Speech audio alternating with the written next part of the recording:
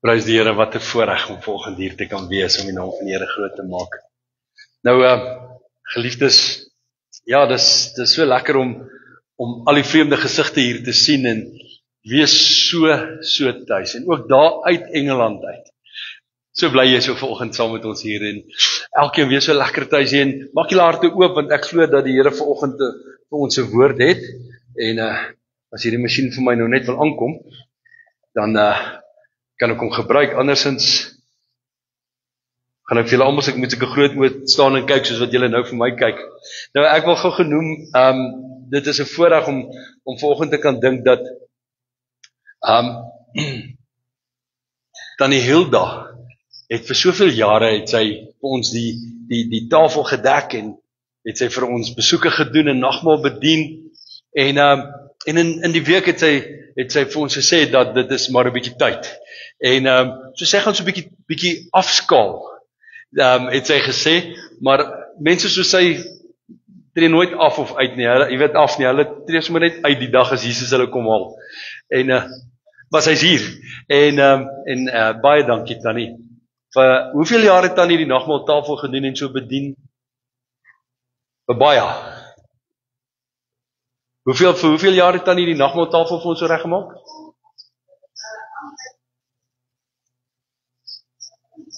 So dis nou al 20, 25, 30 jaar. Sjoe, wat sy vir ons hierdie diens gedoen het, elke maand getrou, en selfs met hulp vandag ook, is hierdie tafel ook gedoen.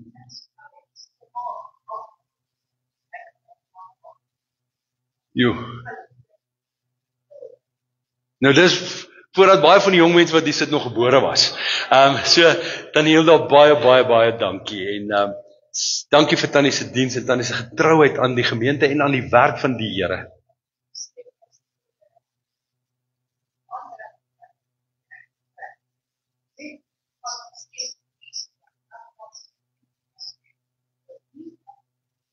Ja.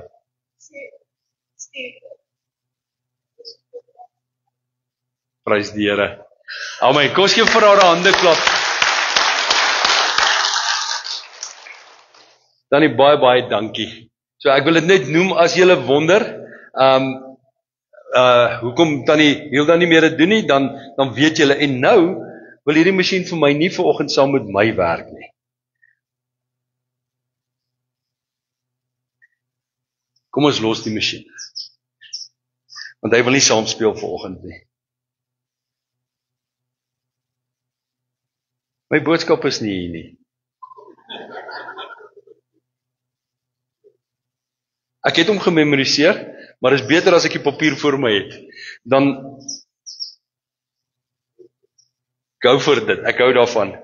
Wag, hier is ons nou daar's hy nou. Goed. Daar's fyn detail wat ek soek, wat daar staan, wat ek nie hier het nie. Julle weet mos, ek het 'n kollega gehad wat altyd gesê het, as jy oor 35 is, dan het jy partykeer bietjie hulp nodig.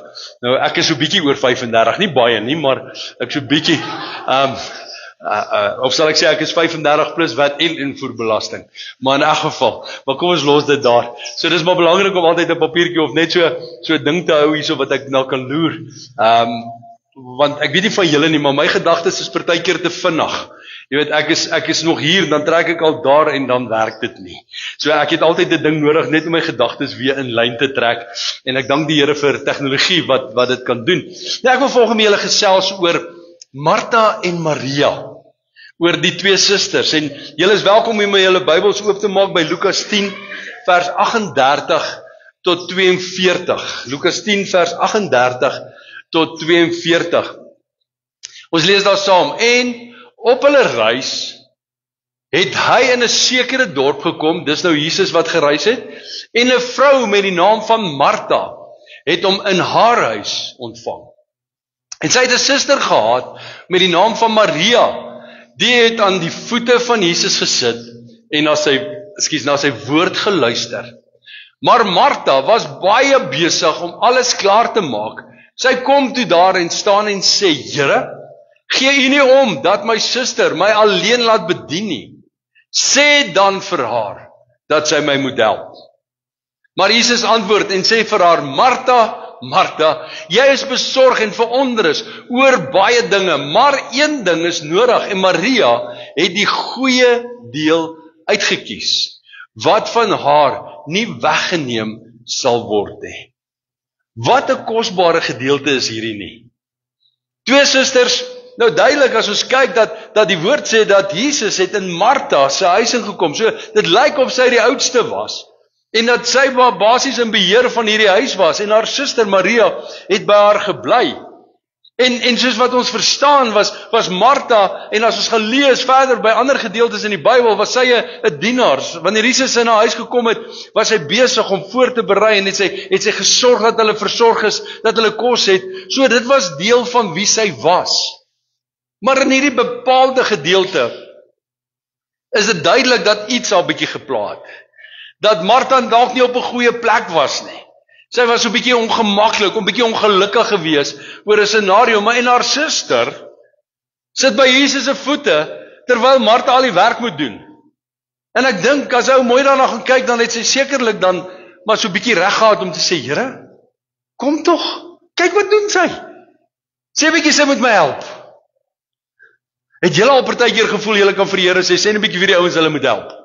Nou ek het al baie so gevoel, maar nietemin. In 'n geval, so en Jesus kom en hy antwoord daar op 'n ander manier wat sy nie verwag het nie. Jesus antwoord daar. Hy sê Martha, Martha. Ai tog, my eie woorde, my eie vertaling. Jy worry oor so baie ander goed. Maar Maria het die beste uitgesoek. Maria het die beste gesoek. Nou, ek dink as ons so vanaand daarna luister en kyk, dan is dit definitief nie die antwoord wat Martha wou gehad het nie. Dis nie wat sy wou gehoor het nie. Sy wou gehoor het dat Jesus vir Maria sê, Maria, staan op, ek gaan help jou suster.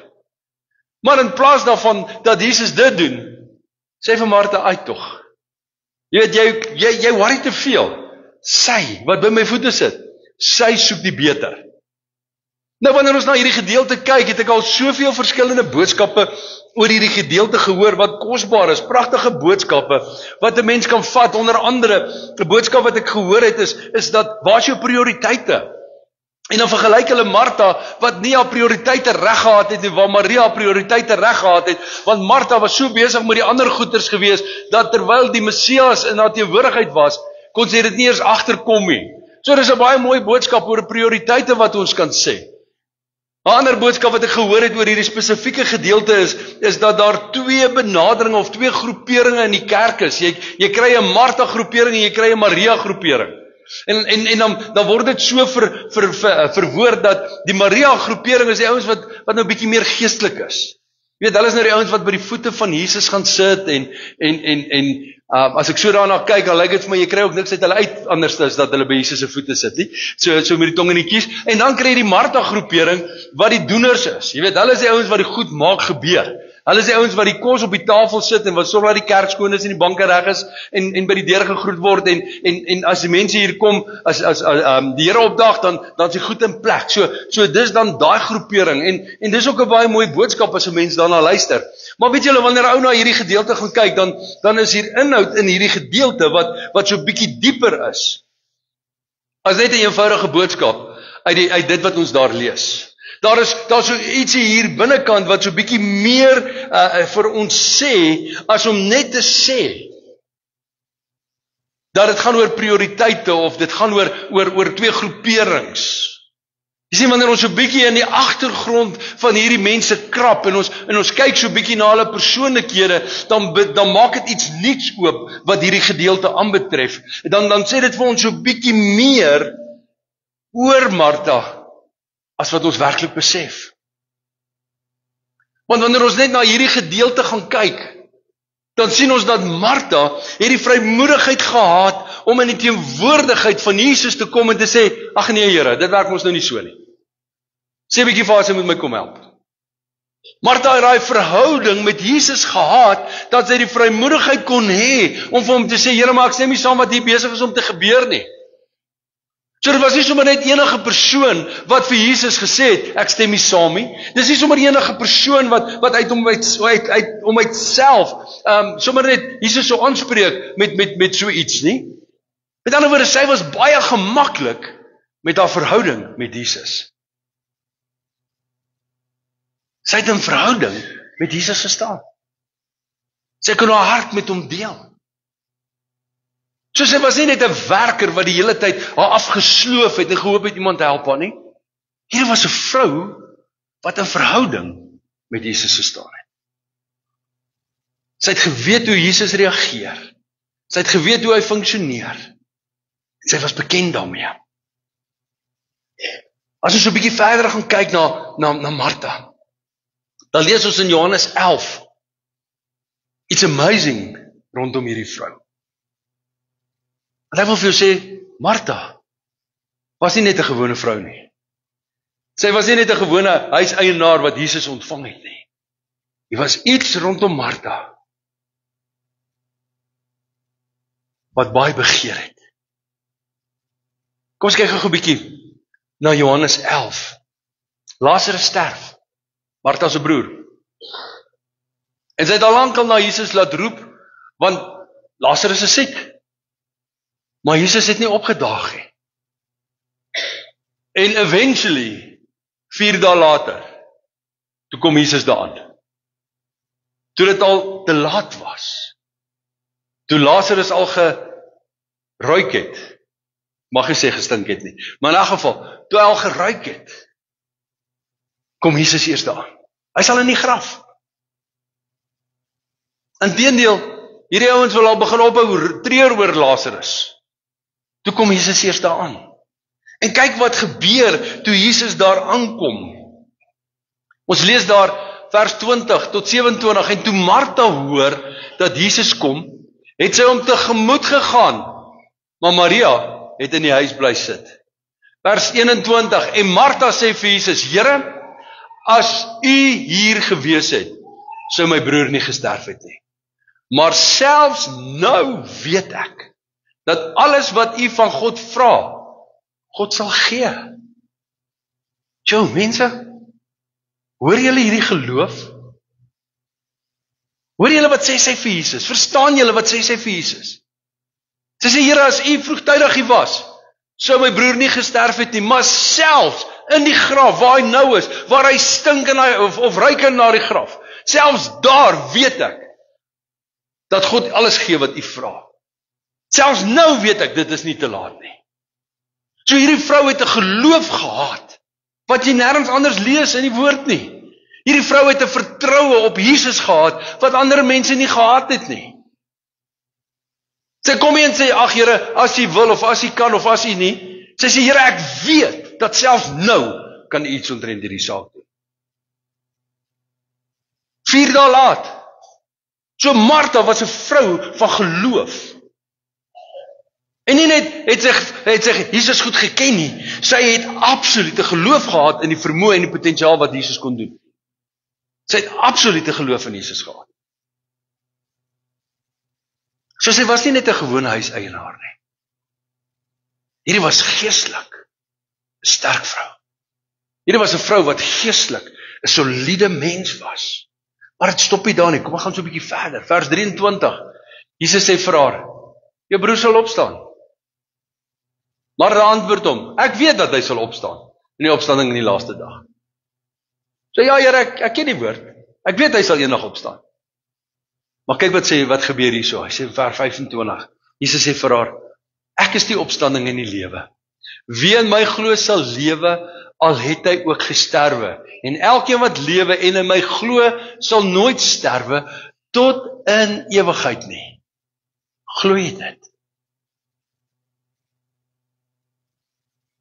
So, ek dink nie julle sien raak wat hier staan nie. Kyk wat gebeur hier.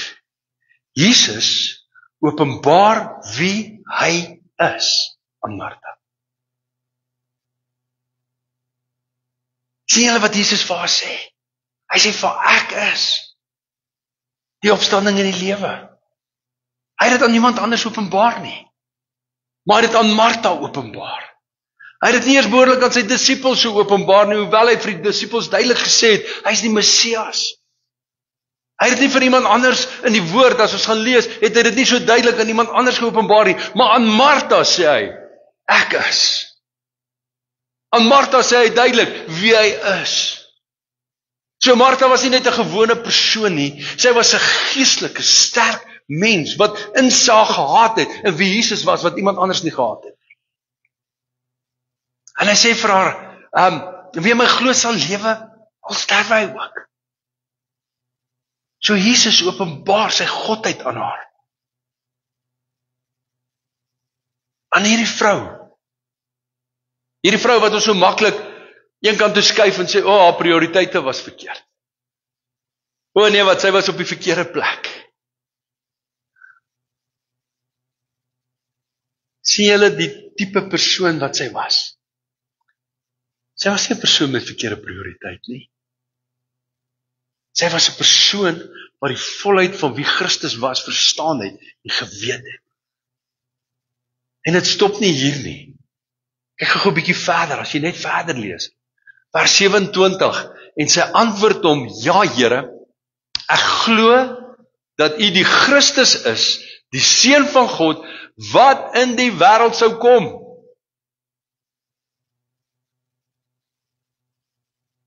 Julle kyk my almal so verbaas aan, so asof julle nou nie regtig by my is nie.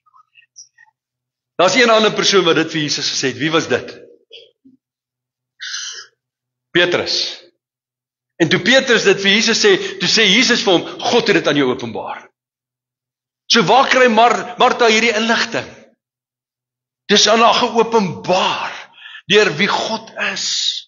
Deur God self is dit aan haar openbaar, sodat sy kon weet wie Jesus werklik is.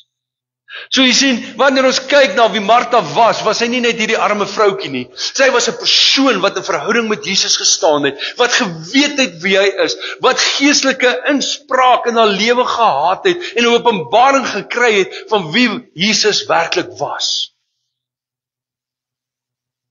So sy was hierdie vrou eintlik 'n geestelike reus in daardie tyd as ons daarna kyk. Sy was eintlik, as ons mooi gaan kyk na die kennis wat sy gehad het, die openbarings wat sy gekry het, kan jy amper 'n lyn deurtrek na Petrus toe na toe. So is hierdie vrou, so 'n verhouding het sy gehad met Jesus. So het sy die inligting gekry van wie Jesus is. So sy was nie net 'n gewone persoon wat by die huis gesit het en nou maar gehoop het eendag. Hierdie vrou het ongelooflike kennis gehad van wie Jesus is. En dit was deur die Heilige Gees, deur die Vader, in haar openbaar. So Martha was nie net 'n gewone mens nie. En dan, nog om dit alles te kroon, lees ons. Daar is 'n verkeerde vers. Hoekom is ek nou so ver hier op hierdie bord verder? In geval, ek het 'n versie gemis. Lees ons hoe Jesus, hoe die woord vir die Here vir ons sê in Johannes 11 vers 5, en Jesus het Martha en haar suster en Lazarus liefgehad. So sy het 'n verhouding met Jesus gestaan. Sy was naby hom gewees. En dan weer eens, dit stop nie daar nie. Daar is nog interessante goed wanneer ons na Martha gaan kyk, wat in die woord opgeskryf staan. Wanneer ons gaan lees in Lukas 10 vers 41, lees ons, maar Jesus antwoord en sê vir haar, Martha, Martha, jy is besorg en verwonderus oor baie dinge. Martha, Martha. Weet julle, daar slegs 7 keer wat die Here met iemand praat deur dubbel sy naam te gebruik in die Bybel. Daar's slegs 7 keer, en by elke een van die kere wat Jesus 'n persoon se naam dubbel, of die Here 'n persoon se naam dubbel gebruik het, was daar 'n spesifieke rede, 'n spesifieke opdrag, 'n spesifieke ding wat gevolg het daarna. So dit was nie sommer net toevallig dat die Here dit gebruik het nie. Dit is ek wil amper sê, dis highlights waarna ons moet kyk, waarna ons aandag moet gee. So kom ek noem gou vir julle, wie was die 7? Die eerste een was Abraham. In Genesis 22 vers 11 lees ons hoe Abraham sy seun Isak op die altaar gesit het. En hoe hy die mes trek en hoe hy gereed is om sy seun te slag. En God roep hom, hy sê, Abraham, moenie jou seun skade doen nie. Moenie dit doen nie. Dit was die eerste keer wat die Here 'n persoon se naam 2 keer gebruik het. Die tweede keer was Jakob wat die Here gevra het wat om te doen. En ons lees daar in Genesis 46 vers 2 hoe die Here vir hom sê, Jakob, Jakob, trek na Egipte toe. En wanneer jy die verhaal verder gaan lees, dan lees ons dat God daar vir Israel geposisioneer het, dat God daar die tafel gedek het in Egipte, sodat die volk Israel in Egipte kon ontwikkel en tot sy reg kon kom. So dit was die begin daarvan, dit was 'n groot moment. Volgende een, Moses. Toe Moses daar sy bokke en skape oppas en die Here verskyn aan hom daar in die vuurbos of die bos wat gebrand het, die brandende bos. Toe sê die Here vir Moses, toe hy hom geroep het, sê hy, Moses, trek jy die skoen aan jou voet, want die grond waarop jy staan is heilig. So daar was 'n draaipunt in Moses se lewe. Samuel, 1 Samuel 3 vers 10. Toe Samuel as jong seun roep die Here hom, Samuel, Samuel, en Samuel antwoord, hier is ek, Here. En dis waar Samuel se roeping begin het. En dan is dit Martha in Lukas 10 vers 41. Hierdie spesifieke vers waar die Here sê, Martha, Martha, jy is besorg en verwonderd oor baie dinge. Daarna het hy dit met Petrus, sê hy, Simon, Simon. In Lukas 22 vers 31, en dis wanneer waar Jesus vir Petrus gesê het, hoor jy moet kyk, hier gaan 'n klomp goed gebeur, en daar gaan 'n bietjie teestand wees, so, maar wees wakker hiervoor, wat hy hom gewaarsku het, en dan die laaste een was Paulus, toe hy nog Saulus was, in Handelinge 9 vers 4 lees ons dit, hoe die Here vir Saulus sê, Saulus, Saulus, waarom vervolg jy my? En dit was die begin van Paulus se roeping, want die Here het sy naam verander na Paulus toe. En dit was die begin van sy roeping. So wanneer ons daarna kyk, was elke keer wat daar 'n dubbelnaam gebruik is deur die Here, was daar 'n spesifieke moment wat daar moes plaasvind. So toe die Here vir Martha gesê het, Martha, Martha, was dit nie net gewees omdat sy moedeloos was met die werk waarmee sy besig was, omdat sy alleen moes werk nie. Daar was so 'n bietjie iets groters as dit. Maar wanneer ons hierdie gedeelte verder lees, is daar nog 'n belangrike ding wat ons net by stil moet staan, en ek wil daarmee wil ek hierdie boodskap land.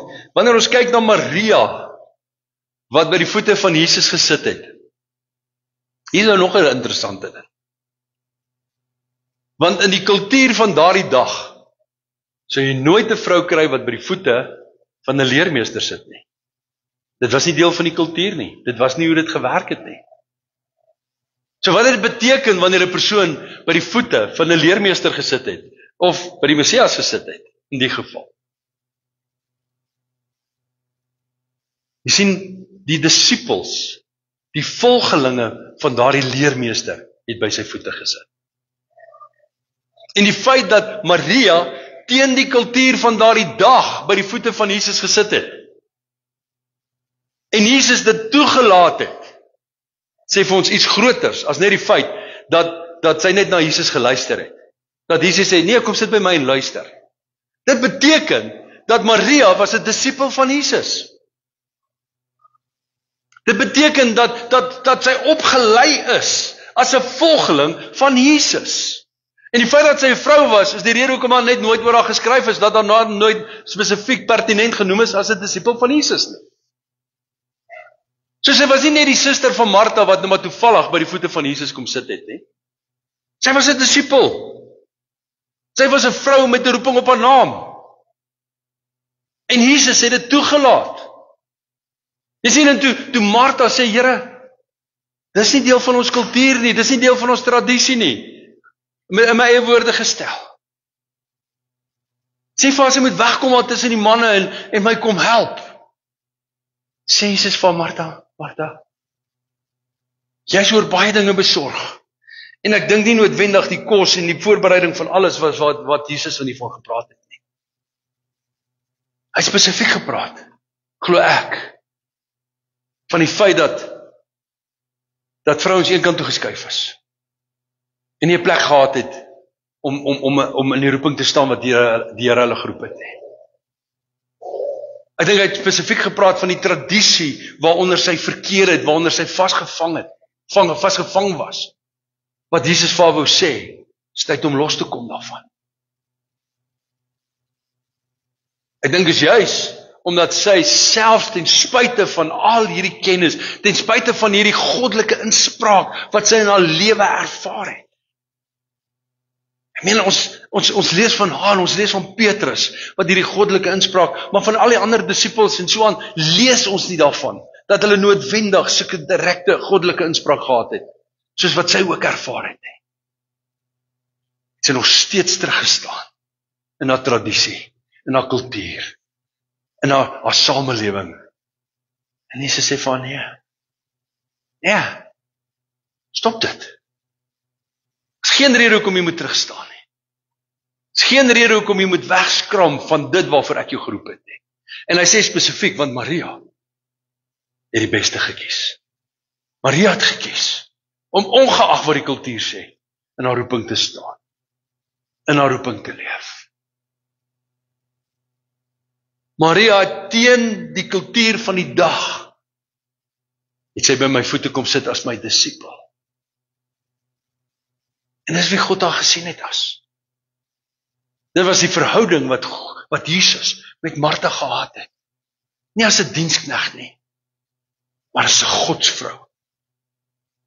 Nie as iemand wat die kos moes voorberei nie, maar as 'n persoon wat 'n roeping op haar lewe gehad het om die heerlikheid van die Here verder te vat, as wat sy dit verstaan het. So geliefdes, die roeping wat die Here gegee het op die disippels, was nie net vir die manne nie, vrouens, dit was ook oor die dames. En hier spesifiek, wanneer ons na hierdie konteks gaan kyk, sê die Here vir haar, hou op worry wat jou kultuur sê. Hou op worry wat die samelewing doen. Kyk na jou suster. Sy doen wat ek wil hê. En ek wil volgens vir jou sê, geliefdes, ons kan met wat se goeie intensies kan ons die regte goed probeer doen. Maar in die tyd waarin ons leef, is elkeen van ons geroep om 'n impak en 'n verskil te maak. Elkeen van ons is geroep om 'n volgeling van Christus te wees. En ja, dis reg, jy kry 'n Martha wat 'n diensknegt is, wat 'n diensknegt hart het, wat werk en is great. Want weet julle wat ons lees in ander gedeeltes in die woord, lees ons, waar Jesus ook by hulle in die huis gekom het, en die woord sê, en Martha het die kos voorberei. Martha het hulle bedien. So, toe was Martha ook besig, maar sy het nie gemou nie.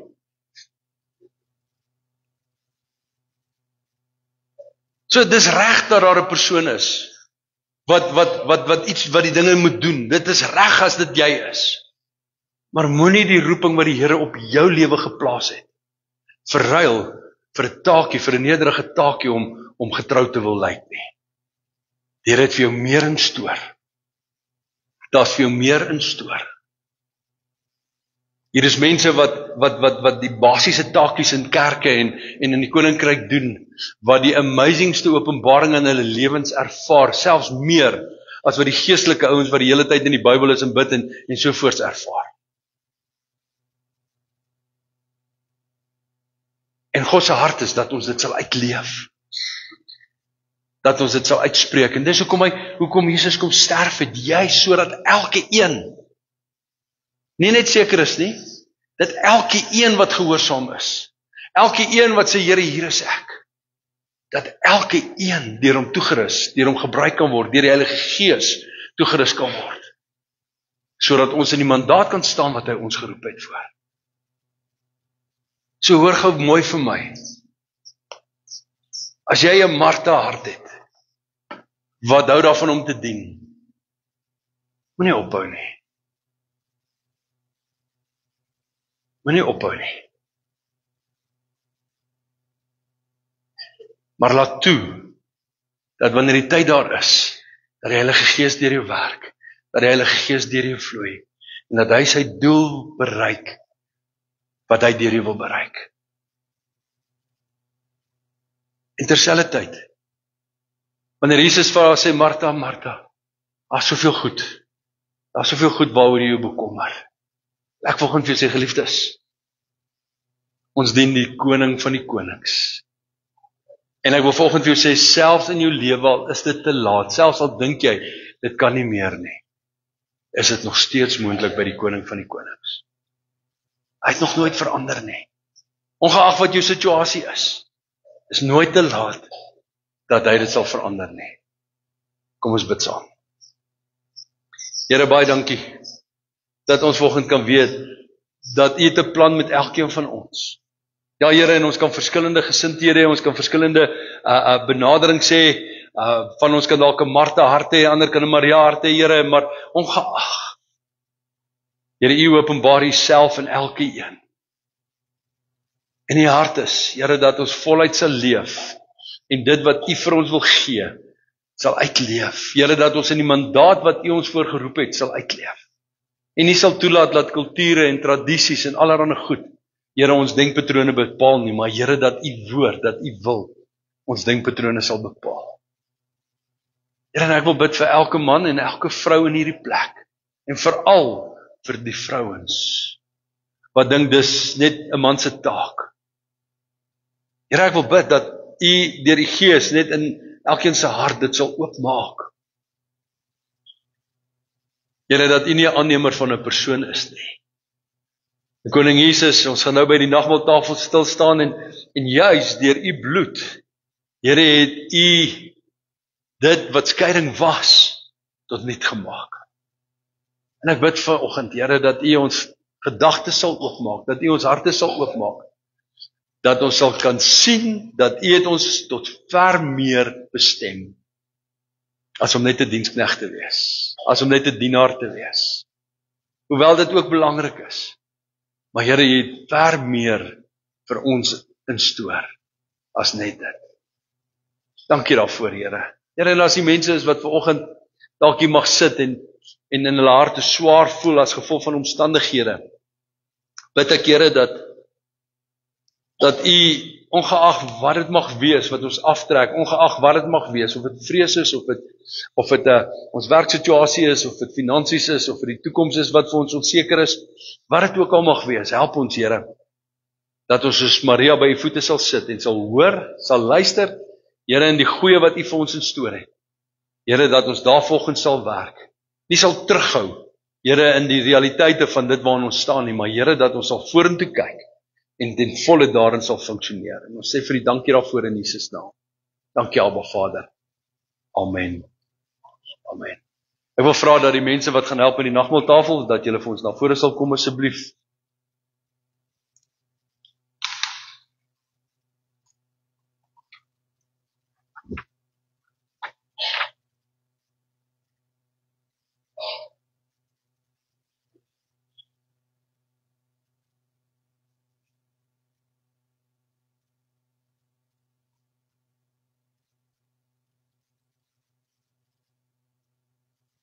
Van julle kan die kant ook kom staan. Okay.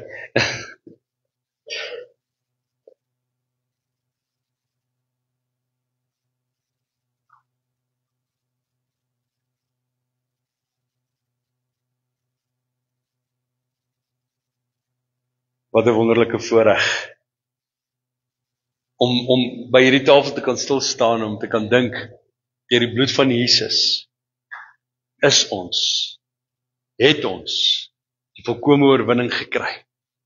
En daar's niks meer nodig om dit meer 'n realiteit te maak nie. Toe Jesus gesê dit is volbring, was dit volbring. En deur sy kruisdood het hy die vloek wat daar was in die wet, dit wat voorheen was, het hy tot niet gemaak. Sodat ons vandag vry kan wees in hom. Of ons man is, of ons vrou is, of ons Jood is, en soos meeste van ons sommer net boere is, dat ons werklik vry kan wees.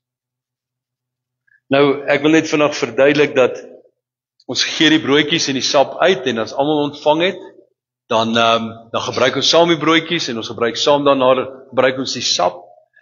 Hierdie is nie die tafel van die AGS nie, is die tafel van die Here, en as jy 'n bloedgewaste kind van die Here is jy so welkom om vanoggend deel te hê aan hierdie tafel. En net voordat ek hierdie broodjies uitgee, is dit amazing om te dink, die aand toe Jesus verraai is, het hy die brood geneem, en hy het dit gebreek, en hy het dit verdeel onder sy disippels, en hy het vir hulle gesê, dis my liggaam, wat vir julle gebreek word. En net so het hy die wyn geneem en hy het dit geskink en hy het gesê dis die bloed van die Nuwe Testament waarin ons vandag staan. Die bloed van die Nuwe Testament en ons het deel aan daardie belofte van die Nuwe Testament. So wanneer ons dan nou die broodjies uitgee en die sappies uitgee, vra ons dat julle eers sal vashou totdat ons almal dit saam kan gebruik.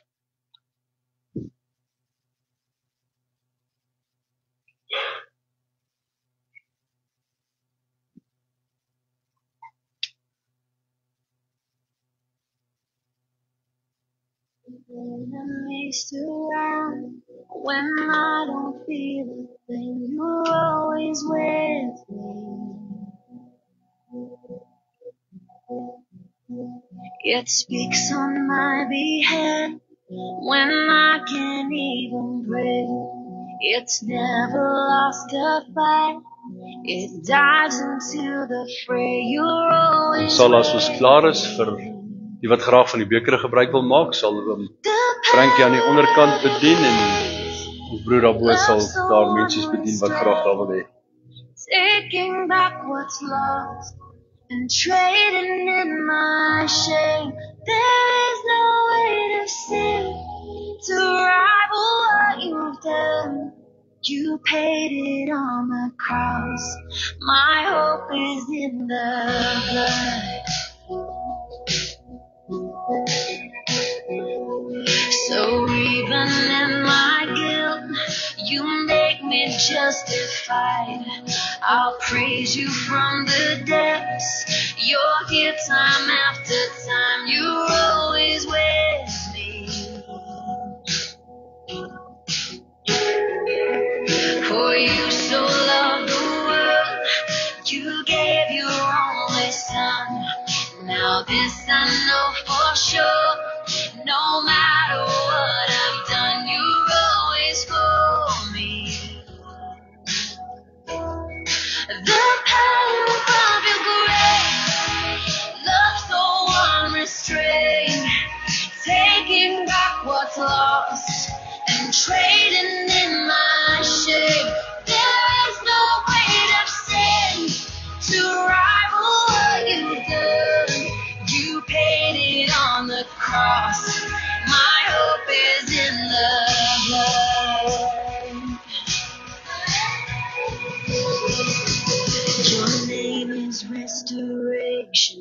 This is your reputation. Reviving what I've written of. Your heart is always for me, and that is never changing. Your victory can be undone. Your name is restoration. This is your reputation. Reviving what I've written of. Your heart is always for me, and that is never changing. Your victory can be undone. The power of your grace, love so unrestrained, taking back what's lost and trading in my shame. There is no weight of sin to rival what you've done. You paid it on the cross. My hope is in the blood. The power of your grace, love so unrestrained, taking back what's lost and trading in my shame. There is no weight of sin that it can overcome. You paid it on the cross. My hope is in the blood. My hope is in the cross. My hope is in the blood.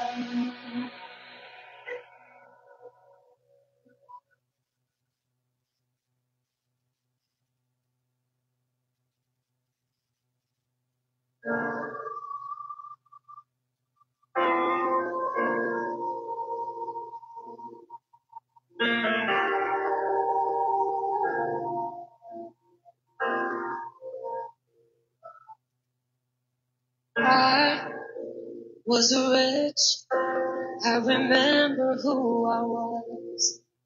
I was lost, I was blind, I was running out of time. Sin separated, the breach was far too wide. But from the far side of the chasm, you held me in your side.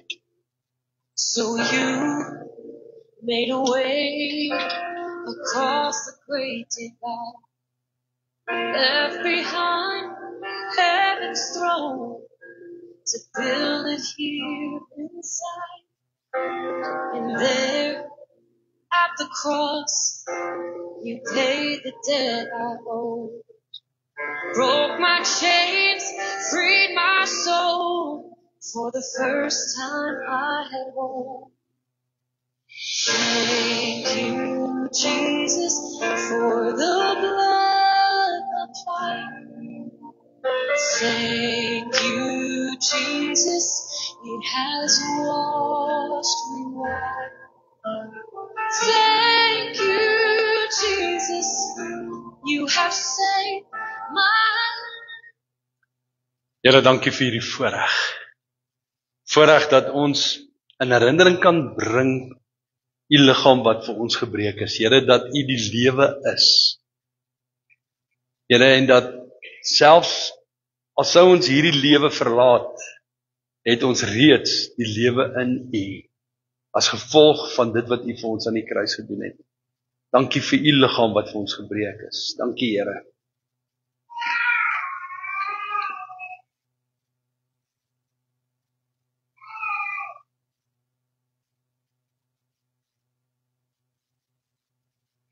Here, en ook u bloed wat vir ons gestort is. Wat 'n voorreg. Dankie dat ons deel kan hê aan hierdie Nuwe Testament wat in u bloed is. Here, want deur u bloed het daar vir ons oorwinning, genesing. Here, en so kan ons die lys lank maak. Het dit vir ons gekom sodat ons in u in daardie oorwinning kan leef. In u openbaringswaarheid. Here, in u opstandingslewe, en ons sê vir u dankie daarvoor in Jesus kosbare naam. Dankie, Here.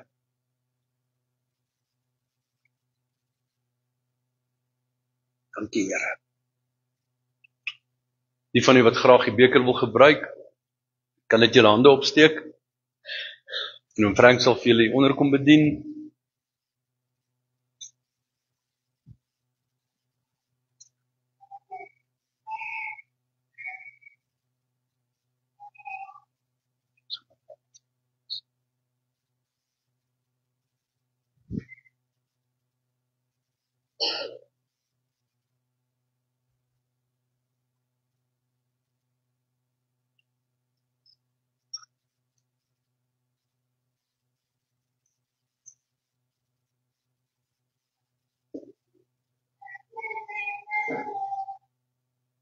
Is daar nog iemand wat